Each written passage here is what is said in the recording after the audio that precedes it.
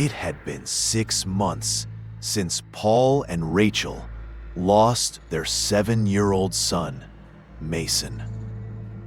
The grief was suffocating them in the city. Desperate to escape the memories, they decided to leave the metro area behind. Paul took a management job at a roadside motel, and Rachel took a sabbatical from her teaching position. They wanted isolation. While scrolling through real estate listings, Paul found a beautiful, sprawling Victorian house in the Pacific Northwest. It was surprisingly cheap for the square footage. They moved in with high hopes, but since the utilities and propane weren't fully set up yet, they decided to drive into town for dinner. The diner. They pulled into a roadside diner about 10 miles down the mountain. The moment they walked in, the chatter stopped. The locals stared. It felt less like a restaurant and more like a wake. When the waitress came to take their order, she made small talk. "You folks passing through?" "No," Paul said. "We just moved into the old place up at the bend." The waitress's customer service smile vanished. She didn't say a word, just gave a strange, pitying smirk and walked away. The warning. Unsettled, they drove back up the winding road. As they pulled into the driveway, the house loomed in the dark. Suddenly, the light in the attic window flickered on, then off. Rachel ran inside and up the stairs.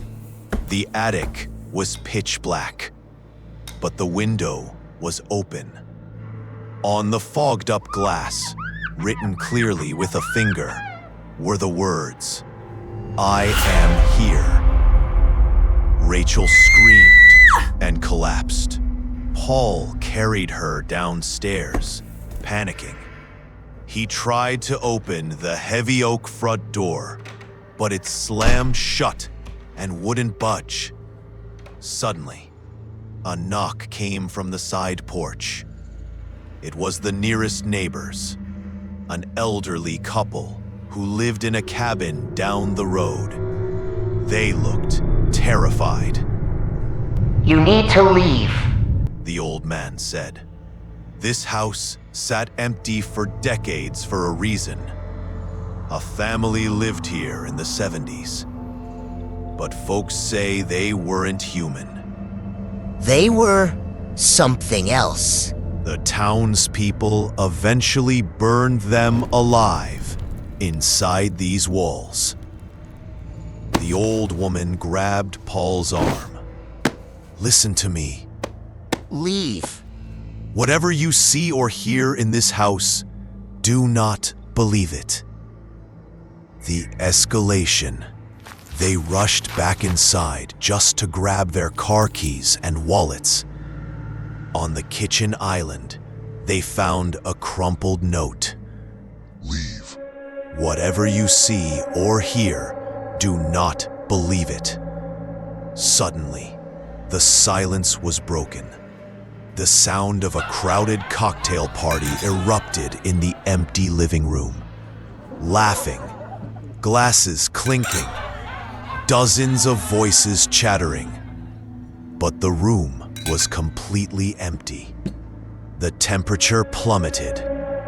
"We have to go," Paul yelled. The lights cut out. In the darkness, an invisible force slammed Paul against the shiplap wall, pinning him there like a rag doll. A guttural voice whispered from the drywall, "Get out. This is not your home." Paul struggled free and scrambled for his phone light. He found Rachel lying by the entryway, blood pooling around her. She was dying. She grabbed his shirt, her eyes wide with terror. "Paul, whatever you see, whatever you hear, don't believe it." Then, she was gone. The trapped Paul was sobbing over her body when a small voice drifted from the shadows. Daddy? Don't cry. Paul froze. He looked up to see Mason, his dead son, crouched in the corner. For a second, Paul wanted to run to him, but then Rachel's dying words hit him like a truck. Terrified, Paul bolted for the front door. He threw it open and sprinted into the night. But as he crossed the threshold, the air didn't get colder. The wind didn't hit his face. He blinked. He hadn't run outside. He had run straight into the kitchen of the same house. The twist. He spun around, confused. "Honey?" Paul turned. Standing at the stove was Rachel.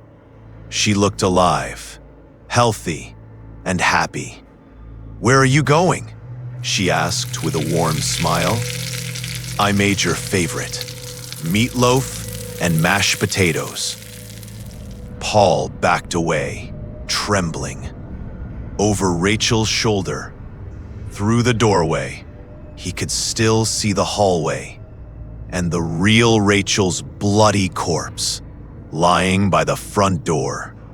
The thing in the kitchen smiled wider.